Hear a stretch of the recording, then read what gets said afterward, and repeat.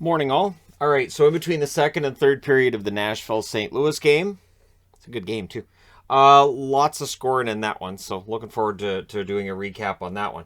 Let us go ahead and talk about the news of the day. So it hasn't been 100% confirmed, but it would appear that Jesperi Kotkaniemi and the Carolina Hurricanes have agreed on an 8-year extension. There are enough people talking about it that I feel comfortable putting it in a news video. It is an 8-year, $4.82 million per year offer. So this contract is going to pay him for a long time, takes him all the way through his prime.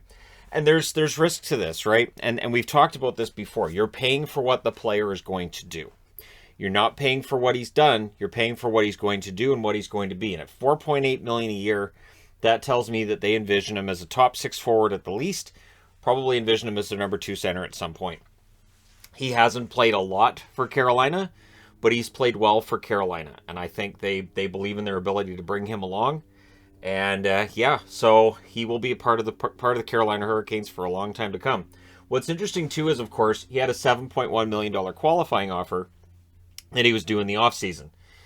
So if the Canucks are watching, this is what they can do with Brock Boeser, right? Sit down with Boeser, work on an extension before you have to worry about that $7.5 million qualifying offer. And the Canes don't have to worry about the Kotkaniemi qualifying offer now. They don't have to worry about somebody else trying to take him. They've got them all signed. So that's the best way to do it with your restricted free agents. And I think it's a good risk. I think Carolina's in a position where they can take that risk. It's there. Obviously, that risk is there. But Kotkaniemi's been good for them. He's had some hot streaks for them as well. And I think with an expanded role, he could be good. And again, I acknowledge the risks. I know that if you look at advanced stats numbers, again, it could work out. It might not. But we shall see. Marcus Foligno has been fined $5,000 for kneeing Voracek in last night's game. So Foligno gets that, does not get any kind of a suspension. The one thing with the fines is it's guaranteed nobody's happy. People who think, well, what he did wasn't really worth a fine are going to say it wasn't worth it. People who want a suspension are going to talk about how it should have been a suspension. And people who think that fines are a joke, when you look at the dollar amount, will look at fine $5,000 and say, yeah, that's not very much for Foligno. So that way nobody's happy. The findings are always, and it always says the maximum allowable under the CBA, and people will still say, it doesn't fly. So Foligno gets fined there, and so that just basically means slap on the wrist, don't do it again kind of thing, which doesn't help Voracek's knee, right? So Edmondson's going to make his debut tonight for the Montreal Canadiens. Bringing Edmondson into the lineup means you got to waive somebody. You got to make room for him. And so Cedric Paquette is on waivers for the Montreal Canadiens today. Probably clears. He's a fourth-line center. It's possible somebody looks at Paquette, looks at his experience, his playoff experience, and says, yeah, we'll pick him up. But I feel like Paquette probably clears. Because, sure, although, again, the waiver wire seems to be hard to read right now. Dallas news, Braden Holtby, who sits at 299 career wins. He's out with a lower body injury. It doesn't sound like it's anything long-term. So for tonight's game, they've called up Adam Scheel to back up Ottinger. So hopefully Ottinger has a good game, because I get the feeling that it'd have to be a pretty bad drubbing for Scheel to get into the net. So hopefully Ottinger has a good game, and it'll be all right for Dallas, and also hoping Holtby's not out that long. His numbers in Dallas have been good. His win-loss record hasn't, but it hasn't really been on him. It's been the team in front of him more than anything else. Now, coming out of last night's game, the Vegas Golden Knights, with Jack Eichel in their lineup, are 4-7-1. The Vegas Golden Knights are looking at the possibility of missing the playoffs. And we can all have the debate over what the reason is for this slide and for them being in this position. But people will focus on their record with Eichel in the lineup. It doesn't matter if Eichel's not the problem. People will focus on that.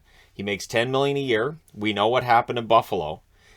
And while Buffalo hasn't set the world on fire this year, the pieces they got from Las Vegas in exchange for Eichel have been part of what's rejuvenated the Buffalo Sabres. So if the Buffalo Sabres look like they have some upward movement heading into next year, and if Vegas misses the playoffs this year, just on an optics level, and again, it doesn't matter whether or not it's accurate, Eichel could be having a great run over those 12 games. People will look at the record. And so that's where we're at. Also, when the fine for Foligno was announced, immediately Twitter lit up with people wanting Pacioretty suspended for the punch on Letang last night. Now, it was a punch to the back of the head, and I think the reason that people want that suspension is because they're comparing it to Marchand, and the Marchand punch on Jari, and asking why doesn't he get 2 games for that, and also because of Letang's medical history. The man's had a stroke, he's had a concussion history, and so it looks bad to be punching that guy in the back of the head. And so I totally get why people were upset. Of course, Pacioretty didn't finish that game last night. And honestly, I was looking to see if there was anything about him being out and for how long. And yeah, instead, that's what I was seeing was a lot of, okay, now do Pacioretty. Now what's going on with Pacioretty? Why wasn't Pacioretty suspended for that punch in the head last night? So yeah, nothing from player safety. And usually when they announce a fine, if there's other things to be announced, they'll get announced at the same time. So they'll have a series of tweets. So there wasn't anything. So I'm guessing nothing's happening with Pacioretty. Yesterday's waiver wire was Ryan Dzingel only, and he clears. So for Ryan Dzingel, honestly, it's been a tough last couple of years for him.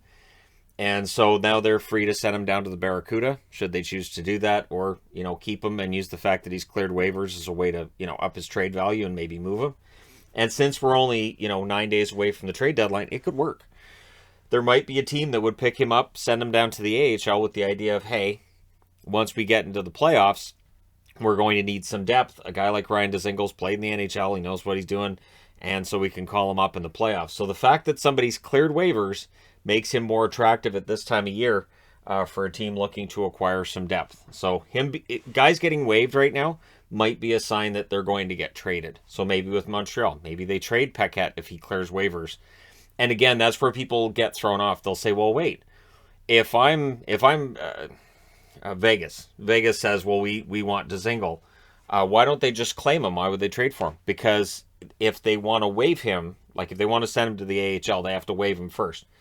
And then San Jose can just claim him back. So instead, you wait until he's cleared waivers, and then when you get him in a trade, then you can send him down and not have to worry about it. Gabriel Landeskog is having knee surgery. I haven't seen an outline on how long he's going to be out.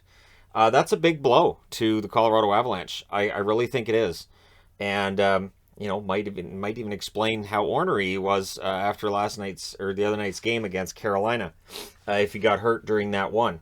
So Landeskog having knee surgery. Jared Bednar saying he hopes they have him back for the stretch run, meaning he's going to be out for a while here. Obviously, surgery means minimum of 2 weeks, you'd have to think. And Sam Girard is going to miss 4 weeks for the Colorado Avalanche. So the Avs going through what's been a tough time for them. I'm looking at the power rankings board and thinking tonight could be interesting because they're not number 1 or number 2. So Girard being out 4 weeks and missing Landeskog with knee surgery, this is the kind of thing that every team goes through it. Colorado seems to have been spared for the most part this season, comparatively speaking, with previous seasons.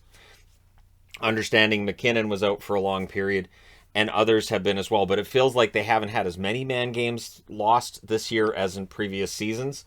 And so, now they're going through it, and it's also during a time where they're struggling overall. But again, I've said this before, I think part of it might be your light years ahead of everybody behind you in your division. It might be harder to have that same level of tenacity as your opponent does if your opponent's clawing their way towards the playoffs or desperately fighting to stay in first. And you don't really have to worry about it. I think that does make a little bit of a difference. But anyways, there you go. News video. Let me know your thoughts in the comment section below as always. Don't forget to hit like and subscribe if you haven't done so already. Greatly appreciated if you do. Thank you guys so much for watching, for all your support. I will talk to you again soon.